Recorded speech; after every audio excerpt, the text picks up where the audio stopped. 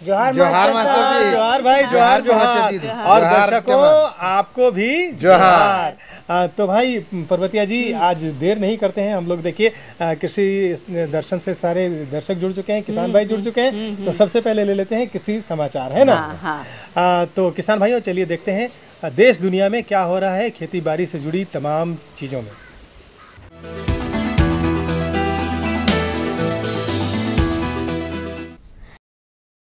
नमस्कार, मैं हूं दीप्ति रेखा। कृषि समाचार में आपका स्वागत है।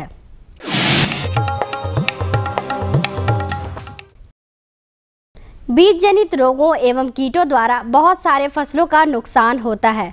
इसे रोकने के लिए बीजोपचार एकमात्र उपाय है। राज्य सरकार द्वारा बीजोपचार कार्यक्रम चलाया जा रहा है, जिसके तहत बीजोपचार सामग्री 90% अनुदानित दर पर किसानों को मुहैया कराया जा रहा है। बीजों को बुआई से पूर्व उचित दवाओं द्वारा उपचारित कर लेने से बीज जनित रोगों एवं कीटों के लगने की संभावना खत्म हो जाती है और उपज भी अच्छी प्राप्त होती है। इसी के मद्देनजर राज्य सरकार द्वारा बीजोपचार कार्यक्रम चलाया जा रहा है। कार्यक्रम के अंतर्गत किसानों को बीजोपचार के प्रति जागरूक करने के साथ ही 90% अनुदानित दर पर बीजोपचार सामग्री दी जा रही है। मिट्टी की उर्वरता बनाए रखने और गुणवत्तापूर्ण फसलों के उत्पादन के लिए कृषि वैज्ञानिक जैविक खेती करने की सलाह देते हैं। इससे पौष्टिक फसल हमें प्राप्त होगा, जिससे हमारा स्वास्थ्य ठीक रहेगा और जैविक खेती करने से मिट्टी की उर्वरा शक्ति भी बरकरार रहेगी और पर्यावरण भी संरक्षित होगा। मिट्टी में वो तमाम पोषक तत्व पूरी मात्रा में होनी चाहिए जो पौधों के पोषण और फलन के लिए आवश्यक होते हैं। वर्तमान समय में रासायनिक खादों और दवाओं के उपयोग के कारण मिट्टी का स्वास्थ्य बिगड़ा है और मिट्टी के पोषक तत्वों में कमी आई है, जिस कारण फसलों के उपज और गुणवत्ता पर भी प्रतिकूल प्रभाव पड़ा है। अतः कृषि वैज्ञानिकों की सलाह है कि ज़्यादा से ज़्यादा जैविक कृषि पर बल दिया जाए।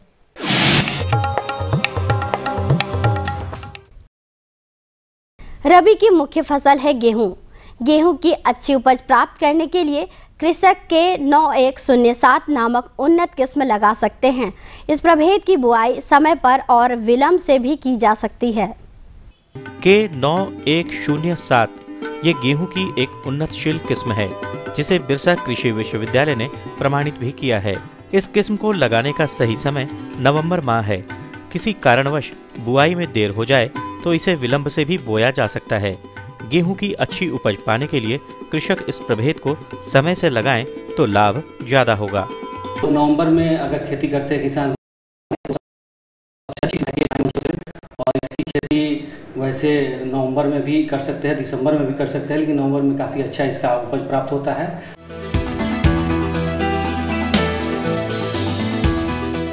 गाय एवं बकरियों के भोजन के लिए किसान उन्हें चराने चारागाह में तो जाते हैं, लेकिन जैसा कि हम जानते हैं कि झारखंड में चारागाह सीमित है।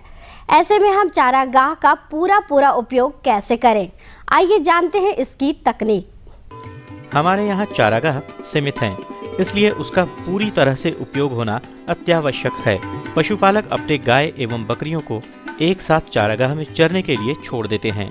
ऐसी स्थिति में चारागाहों की पूरी उपयोगिता नहीं हो पाती है, क्योंकि बकरियां घास को अधिक दूरी तक काटकर खाती है। इसलिए यदि पहले गायों को चरा लिया जाए फिर बकरियों को चरने दिया जाए तो चारागाह की भरपूर उपयोगिता होगी। कॉमन जो चारागाह है, जो संयुक्त चारागाह है, उसमें पहले आप गाय को चराएं, उसके उपरांत ही आप बकरी को चलाएं, क्योंकि बकरी जो होती है बहुत नीचे से वो खाती है।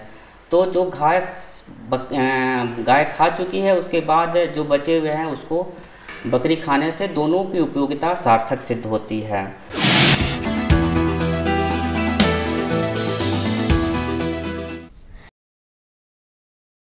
फसलों पर दवा का छिड़काव एक प्रमुख कृषि कार्य है। दवा पूरी फसल को समान रूप से मिले ये आवश्यक होता है। इस कार्य को बहुत आसानी से करता है ये बैटरी चालित स्प्रेयर। रासायनिक दवाओं का छिड़काव बहुत ही आसानी से करता है ये बैटरी से चलने वाला स्प्रेयर। इस स्प्रेयर में बैटरी लगा होता है और ये बैटरी बार बार चार्ज किया जा सकता है। एक बार चार्ज करने पर इस उपकरण से 10 से 12 घंटे काम लिया जा सकता है। इस उपकरण से दवा छिड़काव करने पर दवा समान रूप से पूरी फसल को मिलता है और दवा की बर्बादी भी नहीं होती है। इस स्प्रेयर को बाजार से प्राप्त किया जा सकता है।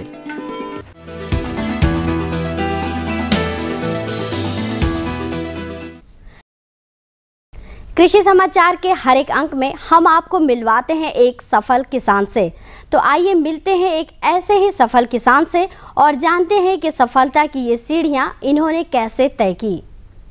इन्होंने सफल किसान का खिताब पाया अपनी मेहनत और दूरदर्शिता के दम पर।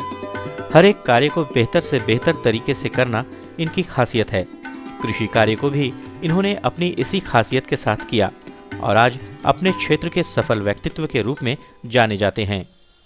हाँ, तो हम लोग का ही सब है, खेती बाड़ी, धान भी करते हैं, खेती उती, आलू उलू थोड़ा मोड़ा लगा देते हैं बारिश वाला, और फिर अभी तो खेती बाड़ी में सारू है, मिर्चा है, थोड़ा मोड़ा बैंगन है, ओल है, यही सब लगाए हैं, अदरक सब है। और तो इससे हम लोग का ठीक अभी घर परिवार चल रहा है। खेती में जैसा पैसा हो ऐसा कोई चीज़ में पैसा नहीं है, लेकिन बात रह गया कि थोड़ा सा दिक्कत, मेन प्रॉब्लम हम लोग का पानी का सुविधा होना चाहिए। बस खेती में आदमी किसान अभी खुशहाल है, खुशहाल रहेगा भी।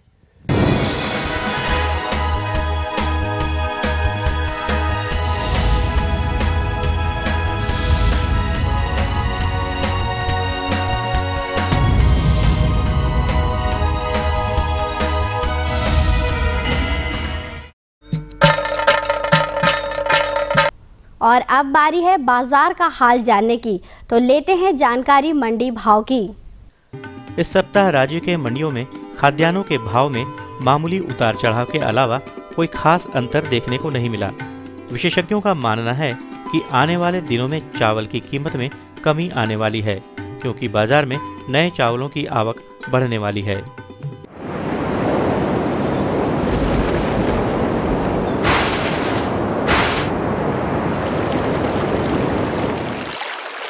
आइए अब लेते हैं जानकारी राज्य के मौसम एवं 4 प्रमुख शहरों के तापमान की।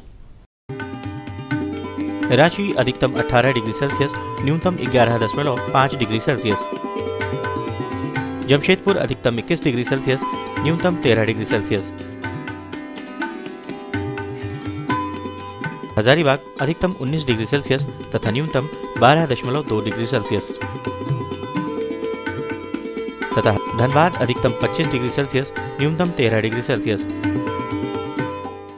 अब समय हो चला है आपसे विदा लेने का, तो आज के कृषि समाचार में इतना ही। फिर मुलाकात होगी, तब तक के लिए दीजिए इजाजत। नमस्कार।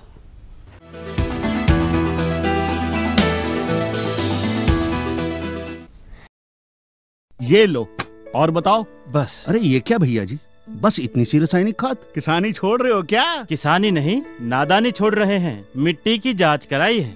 अब तो लाला जी जितनी जरूरत है उतने ही उर्वरक खेत में डालेंगे। हाँ, किसान भाई आज ही अपने जिले की नजदीकी भूमि परीक्षण प्रयोगशाला में मिट्टी की जांच जरूर करवाएं और मिट्टी में पोषक तत्व, नमी व पौधे के विकास को देखते हुए केवल जरूरत के अनुसार ही पोषक तत्व डालें। और हाँ, मिट्टी में गंधक, जस्ता, बोरोन जैसे सूक्ष्म पोषक तत्वों का पता लगाना भी न भूलें। उर्वरक और जैविक खाद के सही उपयोग से भूमि का उपजाऊपन बनाए रखें, उत्पादकता बढ़ाएं, खर्चा घटाएं और बहुमूल्य विदेशी मुद्रा बचाने में भी सहयोग दें। और हाँ, धीमी गति से नाइट्रोजन उपलब्ध कराने वाले उर्वरकों जैसे नीम लेपित यूरिया को प्राथमिकता दें और यूरिया का पत्तों पर छिड़काव करें। अरे वाह, तू तो सचमुच समझदार हो गया रे। अधिक जानकारी के लिए संपर्क करें जिला कृषि अधिकारी या किसान कॉल सेंटर।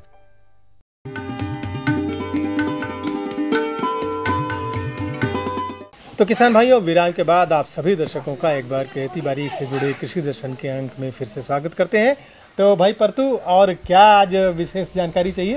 एक मिनट परतू ऐसा है नहीं एखन हम एक तो कुछ पूछे खो जाता। हाँ मास्टर जी, हाँ मास्टर जी, काले कि बहुत दिन बाद दीदी के मन में कुछ सवाल बहुत तेज से उठे। जरूर पूछिए पर्वती जी। है नहीं मास्टर जी के हम जाने खोजत रहे कि हमरे कर किसान भाई मन तो खेती करे ना, तो बहुत यंत्र मन कर उपयोग करे ना, है कि नहीं? और जे हमरे ही बने किसान औरत मन ही वो मन ले भी कुछ खास तरह का औजार होए लगा कि काम तो बहुत करे ना। बिल्कुल होता है भाई, इसमें क्या शक है। हमारे किसान भाई भी जानते हैं कि भाई हमारी जो औरतें हैं वो खेती बाड़ी से बहुत जुड़ करके काम करती हैं, बहुत सारे काम करती हैं, जैसे कोड़नी निकौनी का काम करती हैं या फिर खेत को समतल बनाने में ढेला फोड़ने का काम करती हैं। तो किसान भाइयों, इन सभी चीज़ों के लिए, इन सभी कामों के लिए बहुत सारे आजकल नए नए औजार बन गए हैं, आधुनिक औजार बन गए हैं और इनकी जानकारी रखना आपके लिए बहुत ज़रूरी होगा। पर्वतिया जी का सवाल बहुत अच्छा है, तो चलिए हम अपने विशेषज्ञ डॉक्टर सीमा सिंह से इसकी जानकारी लेते हैं। किसान भाई नमस्कार, कृषि दर्शन के इस कार्यक्रम में आपका स्वागत है। किसान भाइयों, कृषि दर्शन की टीम आज कृषि विज्ञान केंद्र दुमका आई हुई है, जहां आज हम बात करेंगे कृषिरत महिलाओं के लिए कृषि यंत्र और औजार के बारे में। इस विषय में जानकारी देने के लिए आज हमारे साथ है सीमा सिंह जी। आइए इनका स्वागत करते हैं। सीमा जी, आपका हमारे इस कार्यक्रम में स्वागत है। धन्यवाद। नमस्कार किसान भाइयों एवं कृषिरत महिलाएं। सीमा जी, सबसे पहले आप हमारे किसान भाइयों को बताएं कि कृषि कार्य में महिलाओं की क्या भागीदारी है। कृषि कार्य में महिलाओं की भागीदारी 60 से 70% मानी जाती है। कृषि का अधिकतर कार्य जैसे बोआई, रोपाई, खाद छिड़काव, सुखाना, भंडारण, प्रसंस्करण, विपणन, कोई भी कार्य कृषि का महिलाओं से अछूता नहीं है। महिलाएं प्रतिदिन 8 से 10 घंटे कार्य करती हैं, उत्पादन का कार्य करती हैं। इसमें महिलाएं घरेलू कार्य के अतिरिक्त घरेलू कार्य जैसे पानी लाना, ईंधन लाना, भोजन पकाना, बच्चों का देखभाल करना, परिवार के अन्य सदस्यों का देखभाल करना इत्यादि कार्य के अतिरिक्त उत्पादन का कार्य महिलाओं द्वारा किया जाता है। पशुपालन का भी काम महिलाएं उसमें भी अब मदद करती हैं। सीमा जी, जैसे आपने बताया कि महिलाएं बहुत सारे कृषि कार्य भी करती हैं, तो इनके लिए क्या कुछ खास यंत्र भी बनाए गए हैं? हाँ, बहुत सारे कृषि यंत्र जो है अभी महिलाओं के शारीरिक बनावट को देखते हुए तैयार किए गए हैं। भारतीय कृषि अनुसंधान परिषद पूसा के अंतर्गत विभिन्न अनुसंधान संस्थानों के द्वारा महिलाओं के लिए बहुत सारे कृषि यंत्र उनके शारीरिक ढांचे को देखते हुए बनाया गया है, क्योंकि ये कृषि यंत्र जो पहले से तैयार किए गए हैं वो उनके अर्गोनॉमिकल पैमाने को नहीं देखा गया था, जिसकी वजह से उन्हें कार्य करने में ज़्यादा मेहनत लगता था एवं ज़्यादा समय भी लगता था। तो कुछ ये कृषि यंत्र जो हैं जैसे कि नाली या मेड़ बनाने का यंत्र, खाद छिड़काव यंत्र, बीज बुआई यंत्र, धान रोपने के लिए ड्रम सीडर, धान रोपाई के लिए पैडी ट्रांसप्लांटर, मकई छिलने के लिए मेज सेलर, उन्नत किस्म के नवीन हसुआ। सीमा जी, जैसे अभी आपने बताया कि कृषि यंत्र विभिन्न प्रकार के कृषि यंत्र, तो इनसे क्या महिलाओं को कुछ लाभ भी होती हैं? इसके बारे में भी आप हमारे किसान भाइयों को बताएं। बिल्कुल, इन कृषि यंत्र का जैसा कि मैंने पहले भी कहा, ये इन कृषि यंत्र का जो विकास किया गया है वो महिलाओं के एर्गोनॉमिकल पैमाने को देखते हुए, जैसे एंथ्रोपोमेट्रिक माप, मांसपेशियों की शक्ति, एरोबिक क्षमता के आधार पर बनाया गया है। महिला एवं पुरुष के एर्गोनॉमिकल पैमाना अलग अलग होते हैं, इसलिए इनके आंकड़े अलग होते हैं। तो इसलिए महिलाओं के आंकड़े को देखते हुए इनकी बनावट की गई है। इसलिए महिलाओं को कृषि कार्य करने में अधिक सुगमता होती है और वो अपना कम समय में ज़्यादा काम कर सकती हैं और इसे रोजगार के रूप में अपना के वो आर्थिक लाभ भी उठा सकती हैं। सीमा जी, जैसे अभी आपने बताया कि कृषि यंत्र से महिलाओं को बहुत लाभ हो सकती है, तो अब बात आती है कि ये कहाँ से प्राप्त हो सकती हैं इस और सुगमता से कहाँ से मिल सकती है, इसके बारे में भी आप हमारे किसान भाइयों को बताएं। ये कृषि यंत्र भारतीय कृषि अनुसंधान पूसा के अंतर्गत कार्यरत विभिन्न अनुसंधान संस्थान जैसे भोपाल कृषि अभियंत्रण विभाग भोपाल, बिरसा कृषि विश्वविद्यालय रांची, केंद्रीय कृषि धान अनुसंधान कटक उड़ीसा इत्यादि में ये कृषि यंत्र बनाए जा रहे हैं। सीमा जी, ये तो आपने बता दी कृषि यंत्र प्राप्त करने की। अब सबसे बड़ी बात आती है प्रशिक्षण की। तो ये कहाँ से महिलाओं को प्रशिक्षण दिया जाए या प्राप्त किया जाए ताकि वो उनको सही तरीके से चला सकें, इसके बारे में भी आप हमारे किसान भाइयों को बताएं। ये प्रशिक्षण जिले के विभिन्न सभी जिले में कृषि विज्ञान केंद्र हैं और वहाँ पे कृषि यंत्र के बारे में प्रशिक्षण दी जाती है। ज़्यादा अवधि की प्रशिक्षण की ज़रूरत नहीं है, बस एक दिन की प्रशिक्षण काफ़ी है। महिलाएं इसे आसानी से सीख के अपने कार्य को सुगम बना सकती हैं। तो जिन्हें भी जो भी इसमें रुचि रखती हों उनके लिए वो अपने ज़िले के कृषि विज्ञान केंद्र से संपर्क स्थापित करके इस प्रशिक्षण को प्राप्त कर लाभ उठा सकती हैं। अब आती है क्या कुछ महिलाएं जैसे जो पढ़ी लिखी हैं या जो समझदार होती हैं, गांव की होती हैं, उनके बीच अगर वो सीख लेती हैं तो क्या अपने गांव में या सुदूर जो ग्रामीण क्षेत्रों में होती हैं, क्या उनको भी ये व्यवसाय के रूप में अपना सकती है? बिल्कुल सही, वो इसे कृषि व्यवसाय के रूप में भी अपना सकते हैं। जैसे हमने कहा खाद छींटने का यंत्र, खाद जो खेत में छींटते थे उससे पहले जो है महिलाएं खाद के संपर्क में आती थी और उससे स्वास्थ्य की हानि होती थी। श्वास के द्वारा उसके शरीर में प्रवेश करता था और बहुत सारी बीमारी का उन्हें सामना करना पड़ता था। अब खाद छिड़काव यंत्र जो है उसका कीमत लगभग 2000 रुपया है और इसका वजन 3 किलोग्राम है। तो एक महिला आसानी से इस यंत्र को अपने पेट में बांध के और उसका बेल्ट पीछे पीठ पे क्रॉस करके लगा सकती हैं और खेत में छिड़क सकती हैं। 1 हेक्टेयर ज़मीन के लिए यूरिया छिड़कने में इसका मदद ले सकती हैं और इसे कृषि को अगर व्यवसाय बनाना है तो इस कृषि यंत्रों को अपनाना होगा, तभी वो उसका अधिक से अधिक लाभ उठा सकती हैं। कृषि यंत्र जैसे नाली एवं मेड़ बनाने के लिए यंत्र हैं, इससे 1 घंटे में 43 नाली बना सकते हैं इस यंत्र की सहायता से और इसका दाम जो है वो 6 रुपया मात्र है और इससे जो है 25 मीटर लंबा, 14 सेंटीमीटर ऊंचा एवं 30 सेंटीमीटर चौड़ा नाली 1 घंटा में महिलाएं बना सकती हैं। इस तरह से वो अपने कृषि कार्य को खेत तैयार करने के लिए जो नाली एवं मेड़ बनाने का काम पहले वो झुक के करती थी, उसमें उनको ज़्यादा परेशानी होती थी, वो काम अधिक सुगमता से कर सकती हैं। उसी तरह से धान रोपने के लिए धान रोपाई यंत्र है, जिससे कि एक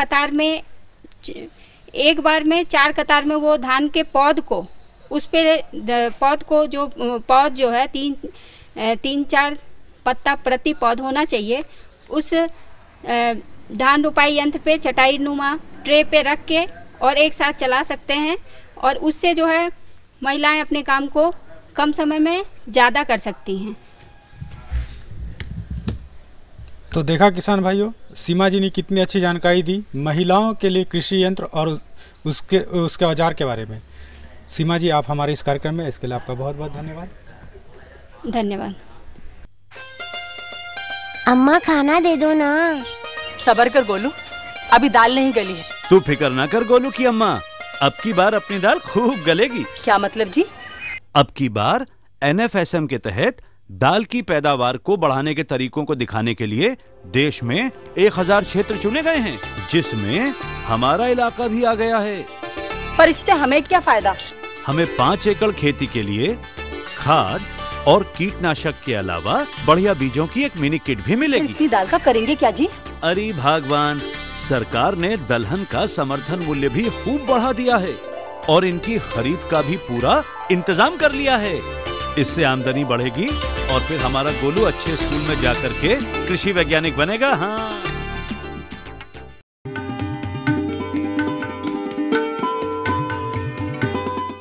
तो पर्वतिया जी, समाधान हो गया? एकदम बहुत बढ़िया से मास्टर जी, इतना बढ़िया से बता गया कि आप तो हमरे के सब यंत्र का उपयोग करे और कैसे कैसे रखे के सब जान गेली है कि नहीं। और पर्वतिया दीदी कर तो समस्या कर समाधान हो गेलक मास्टर जी। पास से परतु पास से परेशानी। हाँ, ये तो बोल ले रहे मन तो है। और हम के तो जानबे करिले मास्टर जी कि हम परेशानी लेके आइए। भाई तो जल्दी से बता दो परेशानी अपनी। वर्मी कंपोस्ट के बारे में हमको पूरा जानकारी चाहिए। अरे भाई देखो, वर्मी कंपोस्ट तो बहुत ही अच्छी चीज़ है। हमारे किसान भाई, बहुत सारे किसान भाई इसके बारे में जानते भी होंगे। असल में क्या है कि जो खाद हम लोग अपने खेतों में प्रयोग करते हैं, अब धीरे धीरे रासायनिक खादों का थोड़ा दुष्प्रभाव हम लोगों को दिखलाई देता है। कई बार हम लोग देखते हैं कि बहुत ज़्यादा उपयोग गलती से हो जाता है और इससे खेतों की उर्वरकता नष्ट होती है। बिल्कुल। तो इसलिए अब हमारे जो वैज्ञानिक हैं वो भी कहते हैं कि हमें जैविक खाद की तरफ बढ़ना चाहिए। तो वर्मी कंपोस्ट जो है वो एक जैविक खाद है और हम लोग जो गोबर का खाद है उसकी गुणवत्ता को वो काफ़ी बढ़ा देता है। उसमें काफ़ी नाइट्रोजन और फास्फोरस और दूसरे तत्व जो हैं वो मिलते हैं। अच्छा। तो मतलब हमारे घर जो गोबर खाद है उकरे में और बहुत अच्छी बात है इसमें परतु कि हम लोग अपने जो घर दरवाजा है उसमें छोटे पैमाने पर भी इसका उत्पादन बहुत आसानी से कर सकते हैं। अच्छा। तो चलो पर्वतिया जी से कहते हैं कि भाई पर्वतिया जी अपने विशेषज्ञ से इसकी जानकारी दिलवाइए। काले नहीं, हमारे के विशेषज्ञ हैं डॉक्टर CK कौशिक जेकर बारे में बताबे, तो एकदम ध्यान से प्रोग्राम के देखल जाए। किसान भाई नमस्कार, कृषि दर्शन के इस कार्यक्रम में आपका स्वागत है। किसान भाइयों, कृषि दर्शन की टीम आज देवघर आई हुई है, जहां आज हम बात करेंगे वर्मी कंपोस्ट के बारे में। इस विषय पर जानकारी देने के लिए आज हमारे साथ है डॉक्टर CK कौशिक। आइए इनका स्वागत करते हैं। डॉक्टर साहब, आपका हमारे इस कार्यक्रम में स्वागत है। बहुत बहुत धन्यवाद। डॉक्टर साहब, सबसे पहले आप हमारे किसान भाई को बताएं कि ये वर्मी कंपोस्ट क्या है। मैं किसान भाइयों को बता देता हूँ कि वर्मी कंपोस्ट कोई बड़ी चीज़ नहीं है। ये हमारे पहले किसान भाई मतलब जो है एक मतलब उसी तरह से मतलब वर्मी कंपोस्ट बनता रहता था। जो केंचुआ बोलते हैं, केंचुआ की आज कमी होने के कारण, रासायनिक खाद का प्रयोग ज़्यादा अधिक होने के कारण आज केंचुआ मतलब गायब हो गया है। आज उसी पुरानी पद्धति को मतलब फिर दोबारा लाने के लिए अब मतलब इसको हम केंचुआ खाद या वर्मी कंपोस्ट उसी को कहते हैं। जो केंचुआ के द्वारा खाए हुए मतलब जो पदार्थ हैं उनको जो मल के द्वारा निकालता है उसी को हम वर्मी कंपोस्ट कहते हैं। जैसे कि अभी डॉक्टर साहब, जैसे कि अभी आपने बताया कि केंचुआ खाद, तो इसमें क्या कुछ खास प्रकार के केंचुआ का प्रयोग किया जाता है? मैं किसान भाइयों को बताना चाहूँगा कि वर्मी कंपोस्ट बनाने के लिए आपको ज़्यादा मतलब अधिक मतलब परेशान होने की ज़रूरत नहीं है। आप जो गोबर है, जिनके पास पशु हैं और पशुओं से जो गोबर निकलता है, आप सीधे मतलब गोबर की खाद को मतलब गोबर खाद बनाते हैं, सड़ा करके मतलब खेत में डालते हैं। लेकिन अगर आप उसी को वर्मी कंपोस्ट या मतलब केंचुआ खाद बनाना चाहेंगे तो ज़्यादा अधिक फ़ायदा रहेगा। क्योंकि इसमें सबसे बड़ी बात है, मैं आज आपको एक बात बता देता हूँ बिल्कुल एक मतलब ग्रामीण भाषा के तौर पर, कि आप जितना भी गोबर खाद मतलब सड़ा करके आप खेत में डालते हैं उसमें कभी भी खरपतवार मतलब कोई भी फसल लगा रहे हैं उसके बाद जो घास फूस होता है वो उसका मतलब बीज कभी गलता नहीं है और वो खरपतवार की संख्या ज़्यादा बढ़ा देता है। लेकिन आप अगर वर्मी कंपोस्ट अगर मतलब बना करके डालेंगे तो आपको दूना तो पोषक तत्व मिलेगा, आपका पौधा भी स्वस्थ रहेगा, पैदावार भी बढ़ेगी। और खरपतवार, क्योंकि केंचुआ जो है मतलब खरपतवार के बीज को भी खा करके मल के द्वारा निकाल करके उस खरपतवार को मतलब के बीज को ख़त्म कर देता है। इसलिए मतलब उसमें आपको खरपतवार की मात्रा बिल्कुल लेकिन ना के बराबर हो सकती है अगर आप इसको बराबर प्रयोग करें। इसी तरह से आप इसमें मतलब बहुत सी जाति हैं, आप देखते होंगे बरसात के टाइम पे गाँवों में मतलब जो है मतलब केंचुआ मतलब जो रेंगता है वही केंचुआ है, लेकिन इसकी जाति बहुत हैं। और हमारे लिए सबसे अच्छा है कि इसकी जाति के लिए सबसे अच्छा है कि आप एक मतलब जो है एनिस या फोर्टिडा एक जाति है जो बहुत ही सॉलिड और बहुत ही लाल रंग की होती है और ये खाने में इतना माहिर होता है कि आप अपने घर के जितने भी कूड़ा करकट कंचर है बस केवल इतना ध्यान रखें उसमें मतलब कोई तेलीय पदार्थ नहीं हो, प्याज नहीं हो, लहसुन नहीं हो और मतलब साबुन वगैरह मतलब ये चीज़ें नहीं होनी चाहिए और नींबू अम्लीय मतलब कोई मतलब पदार्थ नहीं होना चाहिए। उसके बाद आप जितना भी कूड़ा करकट है सब कचरे को खा करके ये मतलब वर्मी कंपोस्ट बना देता है। और मैं किसान भाइयों में आज आपको बता देना चाह रहा हूँ कि अगर 1 किलो वर्मी केंचुआ को अगर आप 1 किलो को ले लेंगे तो 30 से 35 किलो एक सप्ताह से 2 सप्ताह में मतलब 30 से 35 किलो कचरे को वो वर्मी कंपोस्ट में बदल देता है। इसलिए मैं यही कहता हूं कि आप सभी लोग किसान भाई वर्मी कंपोस्ट का प्रयोग करें और अपने खेत को रासायनिक खाद को मतलब कम करते हुए वर्मी कंपोस्ट बना करके जैविक खाद डाल करके आप मतलब इससे अच्छी मतलब जो है बीज में उत्पादन ले सकते हैं। और जिन किसान भाइयों को बीज का उत्पादन करना हो, मैं उनसे यही कहूँगा कि सभी विधि से अपना करके वर्मी कंपोस्ट डाल करके अगर बीज अगर उपचारित करते हैं तो आप मतलब सब्जी से ज़्यादा, अगर मानो सब्जी का ही बीज लगा लेते हैं तो सब्जी से मतलब जो है बेचने से ज़्यादा आप सब्जी के बीज तैयार करके बाज़ार में मतलब उसको सर्टिफाई करके आप बेच सकते हैं। इसलिए सब मैं किसान भाइयों से यही कहूँगा कि आप वर्मी कंपोस्ट बनाते समय ये अवश्य ध्यान रखें कि हमको बनाना कैसे है। एक छोटा मैं मतलब थोड़ा सा मेथड बता देता हूँ कि मतलब कुछ नहीं है, आपके पास जितनी भी ज़मीन है, लंबाई आप जितना ले सकते हैं, लेकिन चौड़ाई 2.5 फीट, गहराई 2.5 फीट, आप मतलब या तो इसको पक्का ईंटा के द्वारा ऊपर बना सकते हैं या गड्ढा खोद करके भी बना सकते हैं। लेकिन अच्छा ज़्यादा जो है कि आप अगर पक्का बनाते हैं ईंटा से घेर करके तो आपको ज़्यादा रहेगा। 2.5 फीट इसलिए रखा जाता है कि आप आसानी से मतलब वर्मी कंपोस्ट को निकाल सकें, और वर्मी कंपोस्ट को निकाल करके मतलब क्योंकि हमको वर्मी मतलब जो है पेट में मतलब अंदर घुसना नहीं पड़े, और एक बार केंचुआ लाने के खरीदने के बाद आपको फिर दोबारा केंचुआ खरीदने की ज़रूरत नहीं पड़ेगी, क्योंकि मतलब उसमें इतने मतलब जो है अपने ही मतलब केंचुआ का डेवलपमेंट हो जाता है कि वो अपने दूना हो जाता है, और उससे आप वर्मी कंपोस्ट को अपने मतलब गड्ढों को बढ़ा सकते हैं और अपने वर्मी कंपोस्ट की मात्रा को भी बढ़ा सकते हैं। इस तरह से आप वर्मी कंपोस्ट को बनाएं। वर्मी कंपोस्ट बनाते समय मतलब 2-3 चीज़ों का ध्यान रखना है। जब भी गोबर का यूज करें तो गोबर गर्म नहीं होना चाहिए, मतलब कोई भी पदार्थ ऐसा गर्म नहीं डालें जिन्हें केंचुआ आसानी से खाता नहीं है, और गर्म में वो गर्म चीज़ को कभी नहीं खाता है। इसलिए गोबर को भी ठंडा करके डालें और उसको तह बाय तह डालते रहें, और जब मतलब वो आप पेट भर जाए उसमें पानी का छिड़काव करते रहें। जब मतलब केंचुआ ऊपर से नीचे से ऊपर आएगा और मतलब खा करके जब अंदर जाएगा, इस तरह से इसी क्रम में 30 से 35 दिन में या 45 दिन में मतलब 1 महीने में आपका मतलब जो है केंचुआ खाद बन के तैयार हो जाता है। जो केंचुआ खाद बन के तैयार होगा वो एकदम चाय की तरह हल्का और काला होगा, जो मैं आज के साथ भाइयों को बताना चाह रहा हूँ। मतलब इस तरह का एकदम मतलब जो है ये काला जो है, इस तरह से अगर कलर आ जाए तो आप पानी का छिड़काव कम कर दें और पानी छिड़काव बंद कर दें, और अपना ऊपर से जितना भी है आप उसको मतलब जो है आप केंचुआ खाद को या वर्मी कंपोस्ट को निकाल लें। उसके बाद उससे केंचुआ की मतलब उसमें नया मटेरियल जो आपने फिर तैयार कर रखा है उसको पुनः फिर डाल दें, और आपका ये क्रम चलता रहेगा और आपके खेत में केंचुआ खाद का वर्मी कंपोस्ट जो है ये बराबर बनता रहेगा, और ये आपको अधिक उपज भी देगा, और आपकी मतलब जो ज़मीन है उसको ये भी बनाएगा, उपजाऊ भी बनाएगा। तो देखा किसान भाइयों, डॉक्टर साहब ने कितनी अच्छी जानकारी दी वर्मी कंपोस्ट खाद के बारे में। डॉक्टर साहब आप हमारे इस कार्यक्रम में इसके लिए आपका बहुत बहुत धन्यवाद। बहुत बहुत धन्यवाद। और इसी के साथ लेते हैं विदा, नमस्कार। अरे वाह, ये तो बहुत अच्छा जानकारी मिला पर तू दादा। अरे टेमा सेल ने कहला कि हमर संगे संगे रहबे तो और ज्यादा जानकारी मिले। मगर एक बात है, हाँ समय भी हम लोग का पूरा हो गया, अब चलना चाहिए। आज बहुत जल्दी में है टेमा। हाँ तो किसान भाइयों, आप भी जल्दी से अपना कागज कलम उठाइए, हमारा पता नोट कीजिए और साथ में लिख भेजिए अपनी समस्याएं और सुझाव। हमारा पता है कार्यक्रम कृषि दर्शन, कृषि प्रकोष्ठ, द्वारा केंद्र निदेशक, दूरदर्शन केंद्र, रातू रोड, रांची। पिन संख्या 834001। तो हमरे के राउत खत कर रही इंतजार। हाँ, और इसी के साथ हमारी पूरी टीम को यहीं पर दीजिए अनुमति।